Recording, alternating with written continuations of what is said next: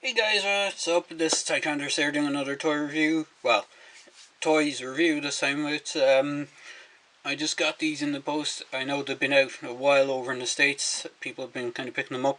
But this is I just got this order in from Big Bad Toy Store, and it's the Funko Batman Classic TV series 3 1/4 inch Batman figures.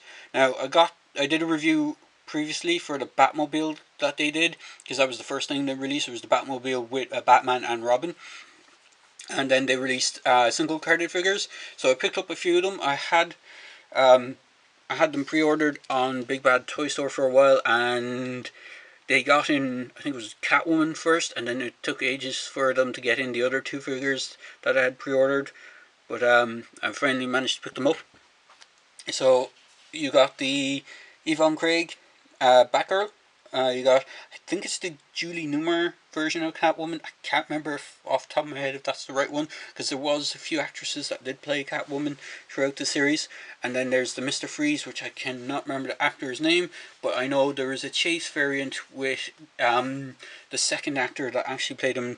There was there was a chase variant of him where it has there's the bald head, which is the figure I got, and then there's another version of the character which has a full head of, well, kind of curly hair. It's the same color hair, the kind of gingery colored hair. Um, they also released a chase variant of Batman where he had longer pointed ears and a different bat symbol, which is kind of, I think it was from the earlier, either the pilot episode or one of the earlier miniseries or TV serials that they did. It was a Batman that was designed off that, or the costume design was from that.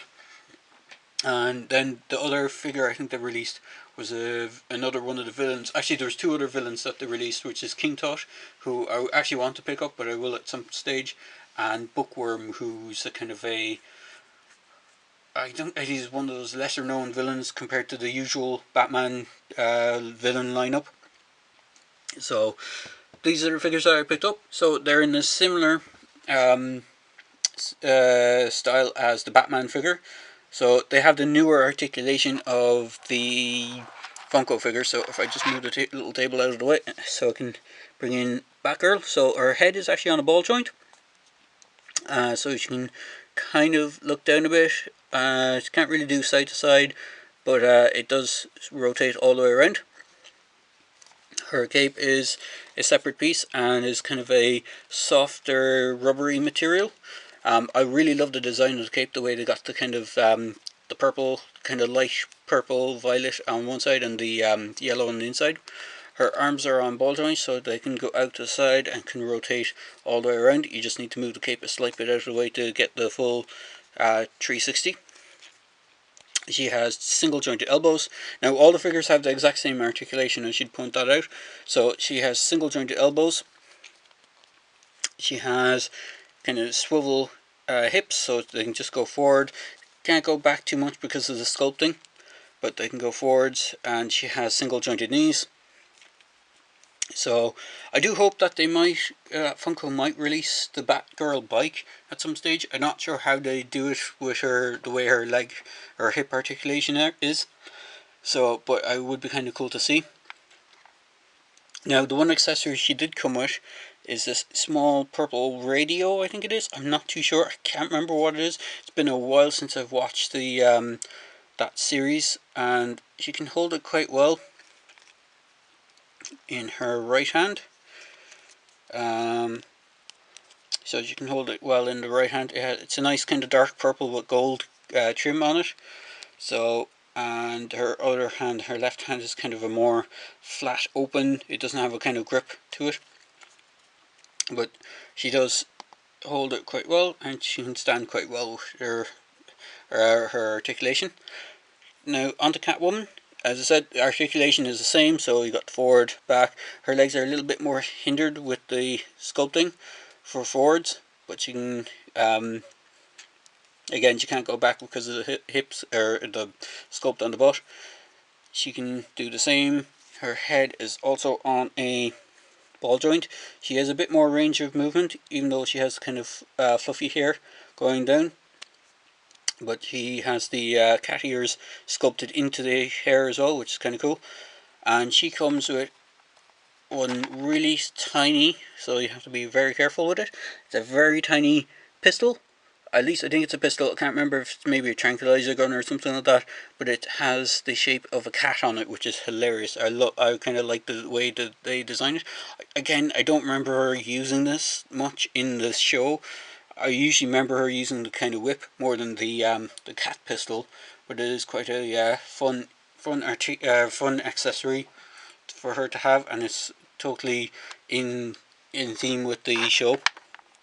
And then for Mr. Freeze, he has, again, same articulation, so arms can go out, rotate all the way around, single jointed elbows.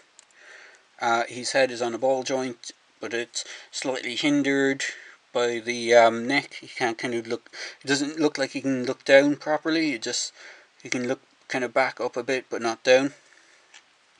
Again, the back movement is hindered by the butt sculpt, and then he can go in a good seated position, and he can bend his knees as well. He does come with one accessory, which is supposed to be his freeze ray gun.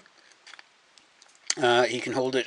It's designed to be held in his right hand because it has the trigger finger. The left hand, again, it's a grasping hand, but it doesn't have the trigger finger, and it doesn't really hold it too well. You can hold it by the top of it in his left hand if you want, but by the trigger, because the trigger guard because there's a big trigger on the actual handle, it doesn't hold it too well.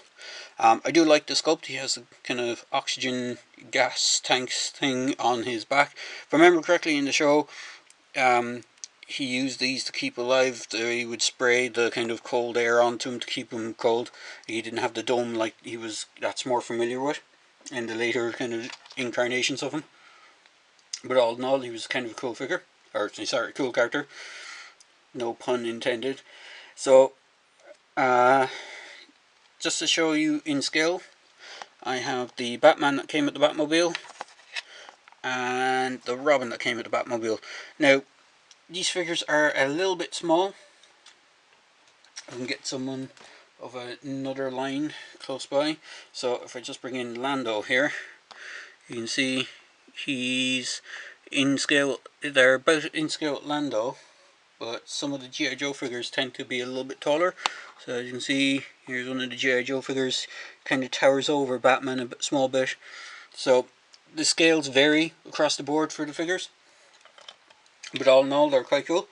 I do recommend getting these Batman series lines. I know a buddy of mine, Arnold, he doesn't particularly like the Funko stuff very much because they're done in the kind of retro style, but they have the limited articulation. The very first stuff they ever did, the Funko figures, were just 5 points, but they kind of slightly have introduced more articulation across the board. The other figures I want to get at some point are the Stranger Things figures, and there's another, or some of the Game of Thrones ones. They actually added in articulation onto those. But all in all, they're quite a good figures range, and I do intend to get the other figures in the wave as well. So there you go, guys. Just a quick video review for the Batman Classic TV series Funko figures. As I say, if you enjoyed my videos, please feel free to click like. Please feel free to subscribe to my channel, and please feel free to leave a comment in the comment section below. Cheers, guys. Hope you enjoyed the video.